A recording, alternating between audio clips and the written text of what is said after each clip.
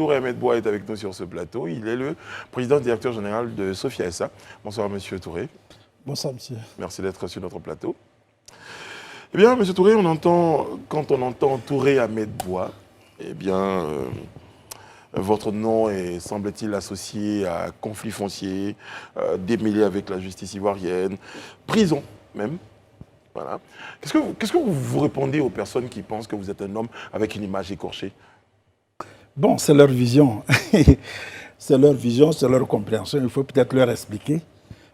Tout ce qui a pu bien peut-être se passer ces 20 dernières années, ils sont peut-être de bonne foi, mais s'ils n'ont pas l'information qu'il faut, qu'ils n'ont pas les renseignements qu'il faut, ils peuvent donc, à partir des informations erronées, avoir des convictions, avoir des regards, mais bon, qu'est-ce que vous pensez qu'on peut faire contre eux? Je pense qu'on va être très concret. On va expliquer surtout. Pour expliquer. L'affaire la plus emblématique, c'est bien sûr ce projet avec les forces de défense et de sécurité donc, sous l'Ancien Régime.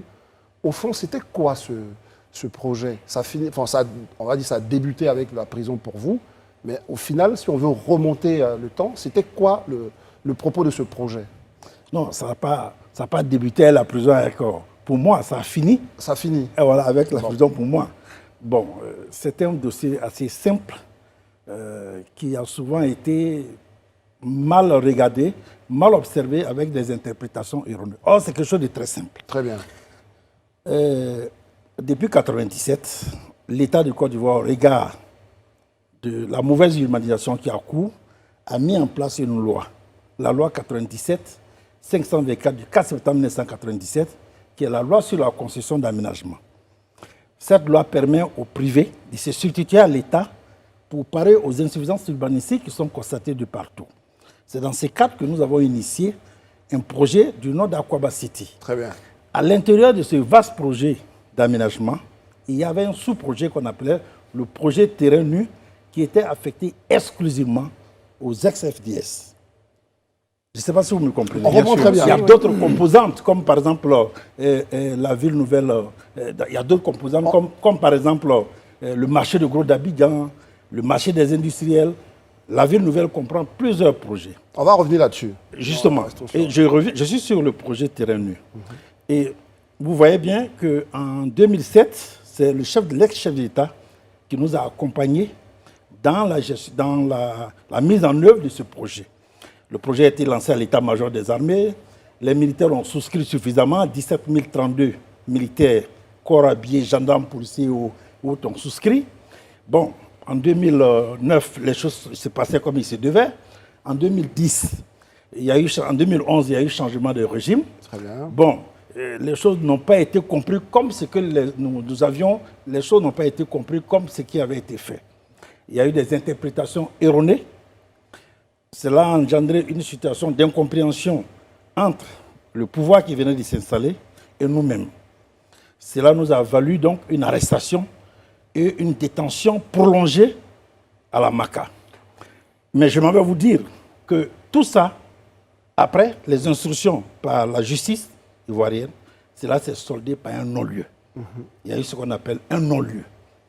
Pourquoi? Parce qu'on nous avait arrêtés sur le motif, sur la base du motif que nous n'avions pas de terrain et que nous avions escroqué les militaires, les gendarmes, les policiers. Bon, bien entendu, pour des gens comme vous, vous savez que ce n'est pas possible. On ne peut pas escroquer autant de militaires. 17 032 militaires, gendarmes, policiers, douaniers escroqués sur 5-6 ans sans que l'État lui-même qui m'accompagnait ne se lève, ce n'est pas possible. En fait, j'ai mis ça au compte des incompréhensions. Donc, il y a eu ce qu'on appelle un non-lieu. Et le non-lieu a permis à l'État de récupérer justement les actifs de ce projet où on disait qu'il n'y en avait pas et qu'on a vendu et qui a été récupéré par l'État de Côte d'Ivoire qui a désigné un liquidateur qui est le Fonds de prévoyance militaire et qui a vendu une partie de ces actifs qu'on vendait aux militaires puisqu'on a estimé, après qu'on ait choisi un grand cabinet de la place, qui a estimé que les ressources, les montants prélevés aux militaires s'élevaient autour de 11 milliards de francs CFA. L'État de Côte d'Ivoire a désigné un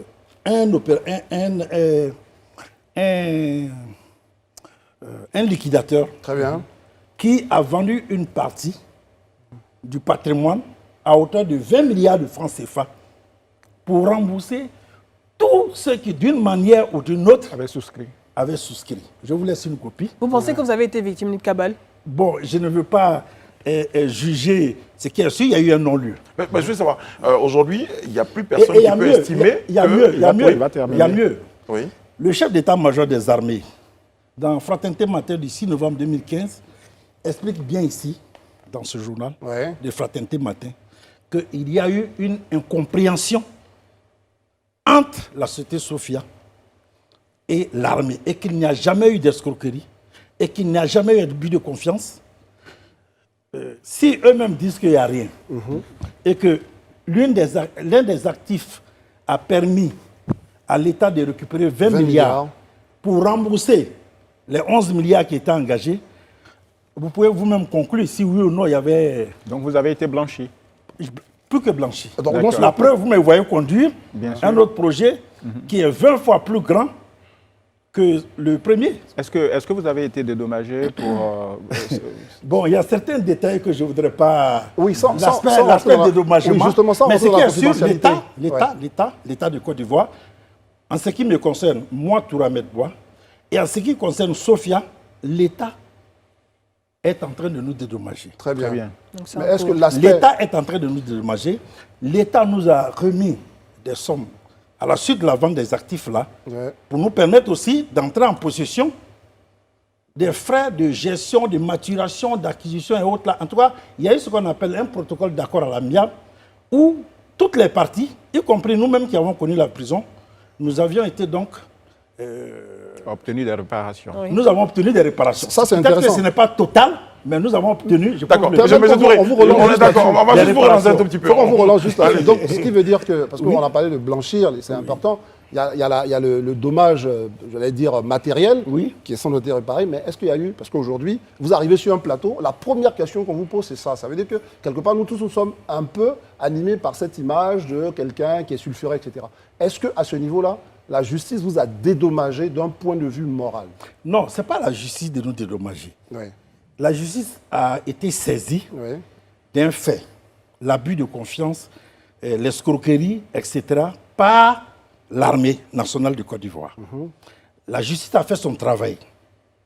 Elle a procédé à des instructions, à des interrogations, elle a mené une enquête profonde et elle a abouti à une situation où il y a un non-lieu. Ce n'est pas à la justice de réparer.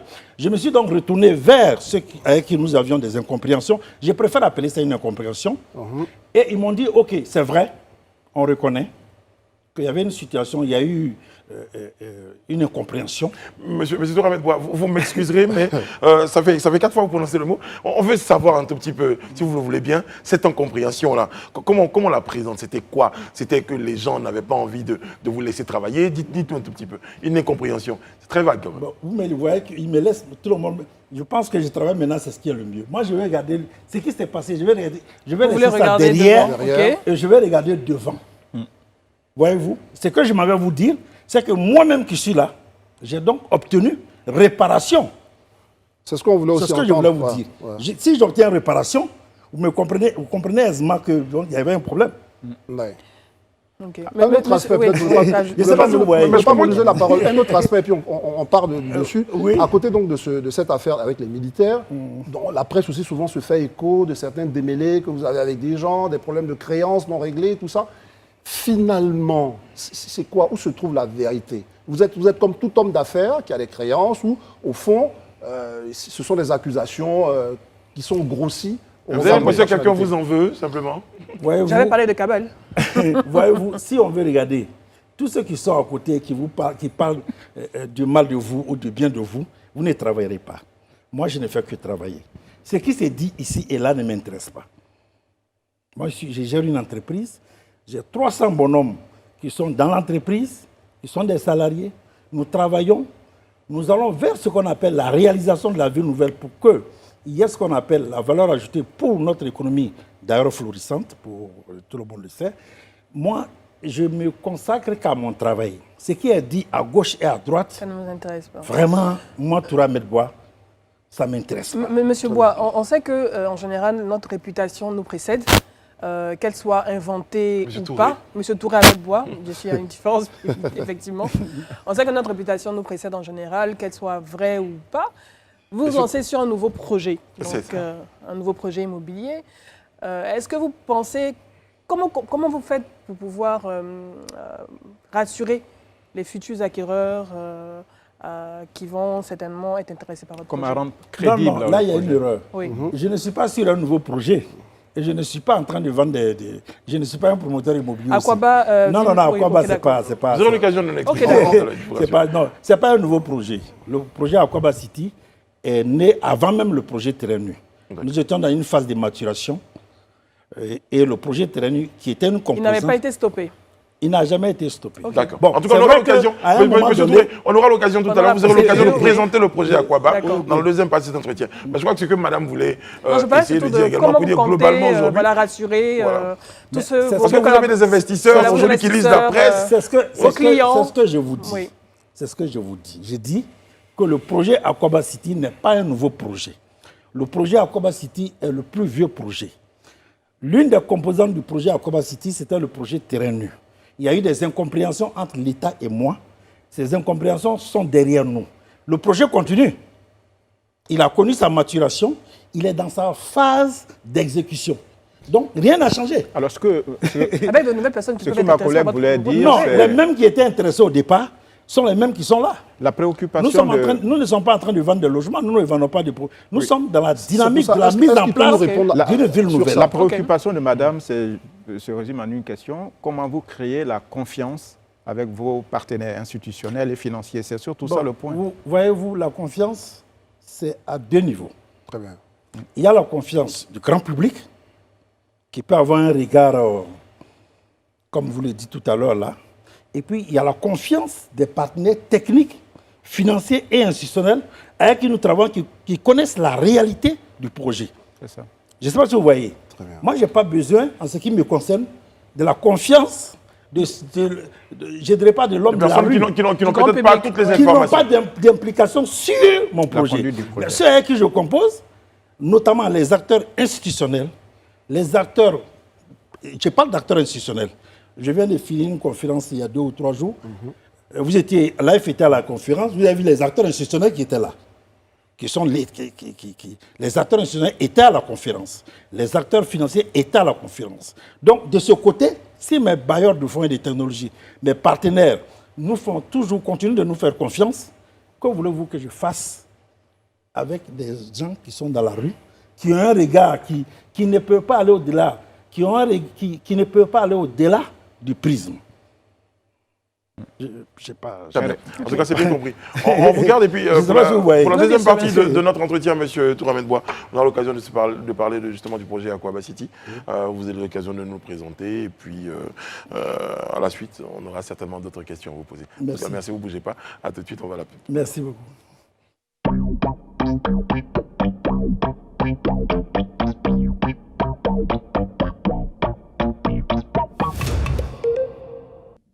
Nous sommes de retour sur le plateau du Live Talk. Notre invité ce soir est M. Touré Ahmed Bois, il est président directeur général de la société Sophia SA.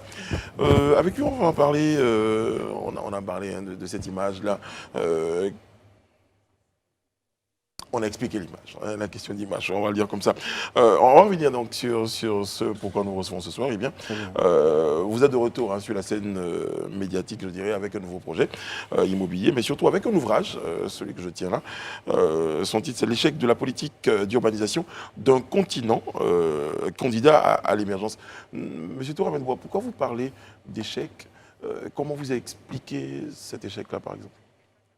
Surtout, bien sûr, par le cas de la Côte d'Ivoire, précisément. Bon, je voudrais préciser que quand je parle d'échec de la politique d'urbanisation en Côte d'Ivoire, je ne parle pas quand je parle de l'échec de la politique d'urbanisation, je ne parle pas de la politique d'urbanisation de la Côte d'Ivoire seulement. Sur les 52 États ou 53 États d'Afrique, j'en ai visité au moins 47. J'ai eu le temps de m'intéresser à leur politique d'urbanisation et je conclus que, au regard du drame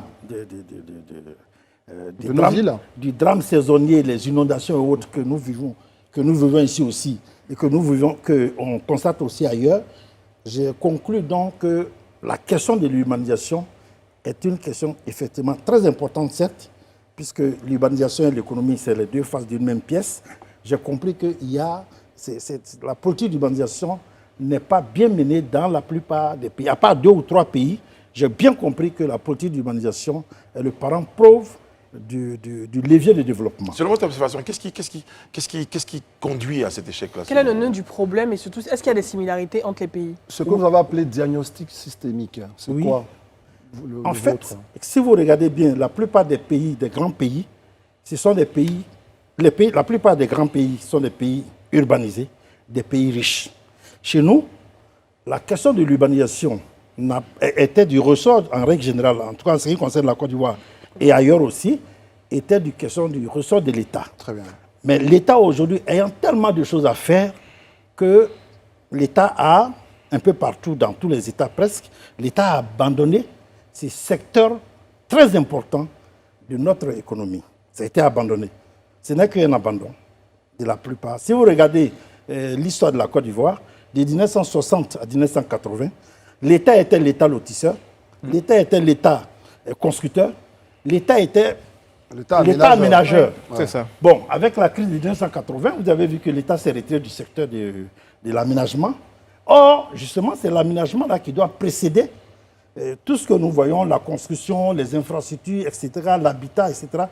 L'aménagement, donc, doit précéder tout ça. Bon, l'État a abandonné le secteur. Le privé, mais qu'est-ce qui explique ce délaissement de l'État? l'État n'a plus les moyens. Les ressources. En tout cas, en ce qui nous concerne la Côte d'Ivoire, en 80, quand nous avons abandonné à la demande des institutions de Bretton Woods, c'est parce que nous n'avions pas les moyens de le faire. Un choc économique? Oui, c'est pour des raisons économiques. Oui. Voilà. Et c'est la même raison d'ailleurs dans la plupart des pays africains. Et souvent, vous pointez du doigt le législateur, l'exécutif, les tiers détenteurs et la poussée démographique. Oui, bien sûr. Parce que l'État, dans sa souveraineté, l'État, pour une question de souveraineté, l'État planifiait les espaces pour que la population puisse s'installer décemment avec toutes les commodités qu'il y a. Quand l'État s'est retiré, et comme la pression démographique oblige les uns et les autres à s'installer, donc les gens viennent s'installer sur des espaces qui sont dépourvus du minimum de commodités. Si vous allez en d'autres aujourd'hui, vous verrez que les uns et les autres se sont installés, il n'y a pas d'eau, il n'y a pas de courant, il n'y a pas de route, il n'y a rien. Est-ce que ça, ce n'est pas la faute aussi à la spéculation? Parce qu'aujourd'hui, on voit, il y a des tribus, des villages qui revendiquent des territoires, enfin des terres, et qui les vendent, qui les cèdent parfois contre l'avis du gouvernement. C'est pourquoi j'ai parlé dans mon livre un peu du laisser-aller. C'est là que j'interpelle l'État. Nous sommes dans un pays de droit. Les 322 000 km² appartiennent à l'État de Côte d'Ivoire. On est d'accord, oui. Si on est d'accord pour ça, les 322 000 km appartenant à l'État, il peut arriver que des villages revendiquent des espaces, mais en réalité, ce sont des propriétés de l'État. Ce qu'un village peut réclamer, ce sont ses droits de purge. C'est ça. Est-ce que l'État paye les droits de purge avant de s'approprier d'un espace? Mais la question de la planification, c'est une question de souveraineté. C'est l'État qui planifie comment est-ce qu'il va occuper l'espace, comment est-ce qu'il va disposer de l'espace. Mais les villageois, eux, et c'est dommage, l'État ferme les yeux sur cette réalité. Et c'est ce qui fait que, c'est ce que je dénonce aussi. Il n'y a pas de désordre urbain. C'est tout ça qui engendre le désordre urbain. Mais comment vous conciliez ces deux exigences, les droits des villageois et l'obligation de l'État à créer un cadre de vie meilleur? L'État préserve toujours les droits des détenteurs, des propriétaires terriens ou bien des villageois. L'État prévoit toujours, puisque les dispositions de la loi de 2013, complétées par la loi de 2014, prévoient les purges pour les villageois. Mais l'affectation et la vente des terrains n'est pas du ressort des communautés villageoises. Il n'y a que l'État qui peut vendre ou si quelqu'un a un titre de propriété sur son espace. Mais ce que nous assistons aujourd'hui, chacun s'élève, s'approprie le terrain, l'affecte à quelqu'un et ça entraîne, si tu veux, ces désordres qu'on constate sur l'As Abidjan-Bégerville. Très bien. Donc aujourd'hui, pour vous, après le diagnostic, dans les conditions dans lesquelles nous sommes aujourd'hui, nous ne pouvons pas prétendre justement à l'émergence. Est-ce que nous sommes condamnés? C'est une question un peu violente. Au désordre? Non, on n'est pas condamné pour la question du drame qu'on vit. On n'est pas condamné. L'État même a anticipé. Quand tu prends, bon, dans les autres États, quand j'ai regardé la législation de certains pays comme le Togo ou le Bénin, je n'en citerai pas plus pour ne pas créer des situations, mais en Côte d'Ivoire, on a l'avantage, l'État s'étant rendu vite compte qu'il n'a pas les moyens de maîtriser la politique d'urbanisation, l'État a mis en place une loi. C'est celle dont je vous ai parlé tout à l'heure, la loi 97-524 du 4 septembre 1997 et ses décrets subséquents. Que dit cette loi? Cette loi dit que le privé qui a les moyens peut se substituer à l'État, obtenir les autorisations d'aménagement, obtenir les arrêtés de réservation, proposer un plan d'aménagement sur un espace donné et appliquer, veiller à ce que cet espace que l'État lui aura concédé, procéder à l'aménagement, au tracé, à l'ouverture des voies en bitume, à l'adduction d'eau, à l'adduction de courant et autres, pour que cet espace qui a été ainsi aménagé par le privé puisse se comporter comme ce que nous souhaitons nous tous, les deux plateaux, la Riviera, qui sont des zones aménagées, pour que tous les espaces qui sont aménagés, que l'État, où l'État aurait pu agir, l'État peut donc confier ça à un privé pour que le privé l'aménage, le vende et retire ses investissements. Très bien, on vous a bien compris. Est-ce que vous voyez? On vous a bien compris, M. Touré. L'une des solutions, hein, après votre diagnostic, je parlais avec André tout le temps, on parlait, l'une des solutions que vous proposez, c'est votre ville nouvelle, Akwaba City, qui va mobiliser 30 000 milliards. Alors, c'est quoi la ville nouvelle déjà? Bon, la ville nouvelle, elle est souvent, j'entends souvent des interprétations erronées de la ville nouvelle. La ville nouvelle n'est rien d'autre qu'un espace que nous avons sollicité auprès de l'État au regard de l'anarchie urbanistique qui se développe et qui est en train de précariser la ville d'Abidjan. L'anarchie urbanistique qui se développe partout est en train de précariser la ville d'Abidjan. Si cette anarchie-là continue, la ville va devenir pauvre. La ville d'Abidjan deviendra pauvre. Si elle devient pauvre, il n'y a plus d'emploi. Il n'y a plus de circulation. Il n'y aura même plus d'habitat, puisqu'on va tous vivre dans des taudis. Donc, la proposition que nous faisons, c'est de s'appuyer sur la loi que je vous ai citée, la loi 97-524, qui permet à un opérateur privé, n'importe lequel, de solliciter auprès de l'État. Vous avez vu que le décret de 2016, qui a redéfini le Grand Abidjan, le schéma directeur du Grand Abidjan, qui a été signé par le président de la République, décret du 9 mars 2016, a redéfini le Grand Abidjan. Abidjan, c'était naguère les 10 communes que nous tous nous connaissons. Aujourd'hui, depuis 2001, c'est devenu 13 communes. Mais depuis 2016, Abidjan, c'est 19 communes. Ces 6 autres communes qui sont venues se greffer au Grand Abidjan, si rien n'est fait, les 1000 hectares qui sont consommés chaque année par la nouvelle population qui vient se greffer sur Abidjan. Attendez, ce n'est pas anodin ce que vous venez de dire. C'est-à-dire que ce que vous nous expliquez, c'est que chaque année, 1000 hectares sont consommés dans le désordre urbain. C'est-à-dire 1000 hectares, je vais parler en terre à terre. Chaque année, ce sont 1000 hectares qui sont consommés par la population. Pas des occupations sauvages. Et les promotions immobilières. Et les promotions immobilières. Non, n'en parlons même pas, c'est le désastre, madame. OK. Chaque année, ce sont 1000 hectares qui sont consommés dans l'anarchie urbanistique. Je ne donnerai pas le nom le mot de mon ami Alain de Sauvage, mais dans le désordre, bien, ça veut dire quoi? C'est-à-dire chaque année, sans l'eau, sans courant, sans route, sans les commodités qu'on a besoin pour vivre décemment, ce sont ces 1000 hectares qui sont consommés chaque année, dans le désordre. Alors, comme il va nous rester quelques minutes avant la fin de l'émission, il faut vraiment qu'on parle d'Akwaba City, si vous voulez bien. Oui. C'est une solution prospective. C'est déjà ça, Akwaba City. Alors, 30 000... Face à ces 1000 hectares qui sont consommés chaque année dans le désordre, nous, on a proposé à l'État, au lieu de laisser les uns et les autres s'installer dans l'anarchie et dans le désordre, concédez-nous une parcelle, nous allons rechercher des partenaires, des bailleurs de fonds et des bailleurs de technologie. Le foncier étant une valeur refuge, nous allons donc nous organiser pour venir aménager ces espaces pour que la ville d'Abidjan ne s'appauvrisse pas de jour en jour. C'est ça Akwaba City. D'accord. Donc, nous avons travaillé sur 7000 hectares. C'est 7 000 hectares. Où ça sera situé exactement au niveau du Vous avez schéma obtenu déjà directeur? l'espace déjà? On a déjà fini, D'accord. mais ça fait 20 ans qu'on est en train de faire ça. D'accord. Ok. L'espace est obtenu, les travaux de maturation sont achevés, les études urbanistiques, topographiques, géodésiques, environnementales, tout est achevé. Tous les droits sont Nous payés. n'attendons, non, les droits ne sont pas encore payés. Il y a des droits de purge que nous devons payer, 400 milliards de francs CFA, que nous devons payer aux communautés villageoises. De quelle zone, monsieur Touré? De la zone du projet.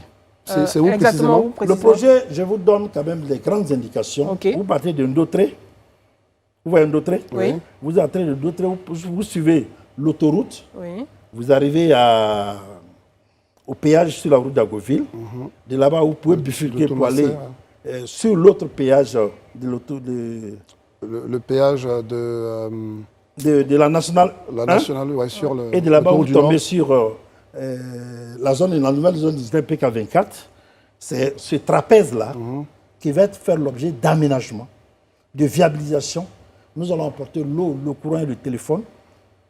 Toutes les commodités nécessaires à une vie paisible, à une vie de normalité, à une vie sécurisée. Et c'est là-bas donc que la ville va naître et les entreprises vont s'installer. Mais c'est essentiellement une ville économique. Ok. Pas comme Djamdiano Mais à pour Dakar, pouvoir au Donc, Sénégal. ça, c'est une ville d'habitat. D'habitants. André, Ok. alors, Alors 30 000 milliards, ça ne se trouve pas sous le sabot d'un cheval. Vous les trouvez où et comment? Bien sûr, voilà.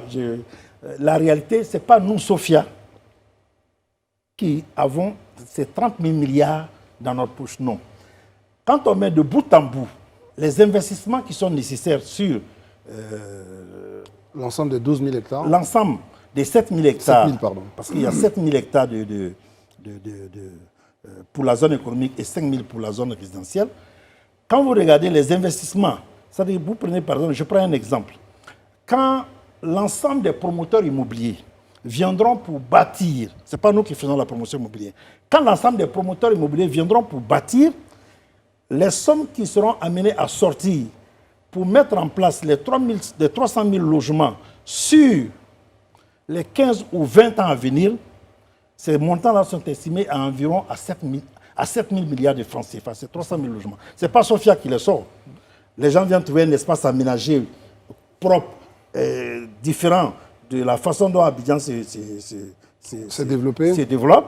Or, les prévisions en termes de démographie sont claires et nettes. Nous passons de 2020 en 2050 à environ 15 millions d'habitants. 15 millions d'habitants. Ces 15 millions d'habitants, il faut les préparer, il faut trouver de l'habitat pour eux. Il faut les loger. Donc, il y a des investisseurs qui sont intéressés pour venir donc, sur cet espace bien aménagé pour y construire les 300 000 logements qui constituent la moitié du gap qui est de 600 000 logements. 600 000 Donc, il y a des gens qui sont intéressés pour là. Donc, quand les gens viennent pour faire, ce n'est pas Sofia qui les sort dans sa poche, c'est les investisseurs qui viennent. Très bien, pour vous laisser terminer, vous avez parlé de maturation, tout ça. Là, on en est où là par rapport aux perspectives, aux prospectives pour Akwaba City? C'est un projet qui verra le jour dans 10, 15, 20 ans? C'est quoi? Dans combien de temps? Bon, le projet voit le jour déjà. Les travaux... Pour finir, je veux dire. Non, Mais les travaux... on ne finira pas. Est-ce que la ville d'Abidjan où nous sommes nous tous, ne finit jamais, où on est tous nés ici, là, est-ce qu'on a fini de la construire? D'accord. On n'a pas fini de la construire. Ouais. Mais par contre, pour la ville Nouvelle-Abidjan, il y a des tâches qui vont finir d'ici l'an 2030. Ouais. Les ouvertures de voies, l'adduction d'eau, pour ne pas qu'il y ait l'adduction d'eau, pour ne pas qu'on se retrouve comme sur la route de Bergerville, où il y a des grosses villas sans eau. Les gens sont en train de se déplacer avec des seaux d'eau pour aller se laver.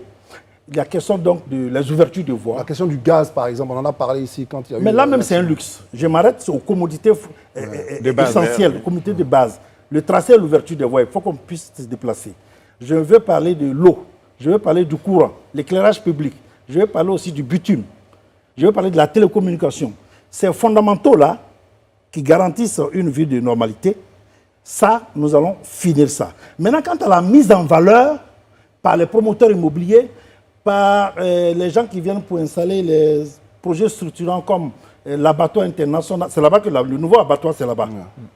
Le nouveau abattoir, je vous dis que la ville d'Abidjan n'a pas d'abattoir. C'est là-bas que l'abattoir va se faire. la ville le marché de gros pour organiser. Quand on parle de cherté de vie aujourd'hui, c'est parce que le secteur est encore dans l'informel. Chacun agit comme il veut, comme il peut. Il faut réorganiser ces secteurs. Donc le marché de gros. Le marché de gros d'Abidjan, en partenariat avec Rungis Paris, nous sommes en train de mettre en place le marché de gros. On termine. Donc c'est la somme de toutes ces infrastructures qui vont se réaliser sur la ville qui va constituer les 30 000 milliards de francs CFA. Moi, j'ai une petite question pour terminer, monsieur. C'est peut-être une préoccupation ou une inquiétude. Vous disiez tout à l'heure, par exemple, les droits de purge n'avaient pas été payés. Pas encore été payés. Puis là, vous avez déjà commencé les travaux. Vous ne pensez pas que ça pourrait être source de conflit pour la suite? Non, non, c'est la structuration du projet. Je vous explique terre à terre. Quand l'État vous concède un espace, comme de toute façon on nous a concédé, l'État vous demande de faire les travaux topographiques, urbanistiques. Les travaux, sans qu'on ne puisse... ces travaux-là ne dénaturent pas ou n'affectent pas la qualité du terrain, la qualité de l'espace. Mais quand nous allons commencer à entrer avec les machines et les bulldozers pour faire les ouvertures de voies et les tracés et l'adduction d'eau, là, avant ça, avant ces travaux, ces gros travaux-là, nous devons payer la purge. Nous avons signé avec l'État une convention tripartite de purge. Et les communautés villageoises, et l'État et nous-mêmes, pour dire que, avant que nous ne commencions les travaux, voilà ce que nous devons payer. C'est ça qui représente 400 milliards. C'est ça qui représente 400 milliards, mais étalé sur une période d'environ, on ne va pas sortir les 400 milliards le même jour. Non, mais le jour que l'État nous dira, vous avez le feu vert démarré, nous, on doit être en mesure de payer au moins une trentaine de milliards. C'est un acompte et les autres paiements se font au fur et à mesure. Mais je peux vous rassurer, ces ressources sont là. Parce que ça fait 20 ans qu'on travaille à ce projet. Et je ne veux pas trahir un certain nombre de choses. Les investisseurs, vous savez que grâce au président Ouattara, notre pays est devenu une destination où tout le monde peut venir travailler, où tout le monde peut apporter l'argent. Les gens sont prêts à l'argent. Toura Medbois, je rappelle que vous êtes l'auteur de cet ouvrage, L'échec de la politique d'urbanisation d'un continent candidat à l'émergence. On a été très heureux de vous recevoir ce soir sur notre plateau. On va essayer de nous expliquer votre vision pour l'urbanisation dans notre pays. Merci Alain, André, Edith. Merci à toutes les équipes techniques.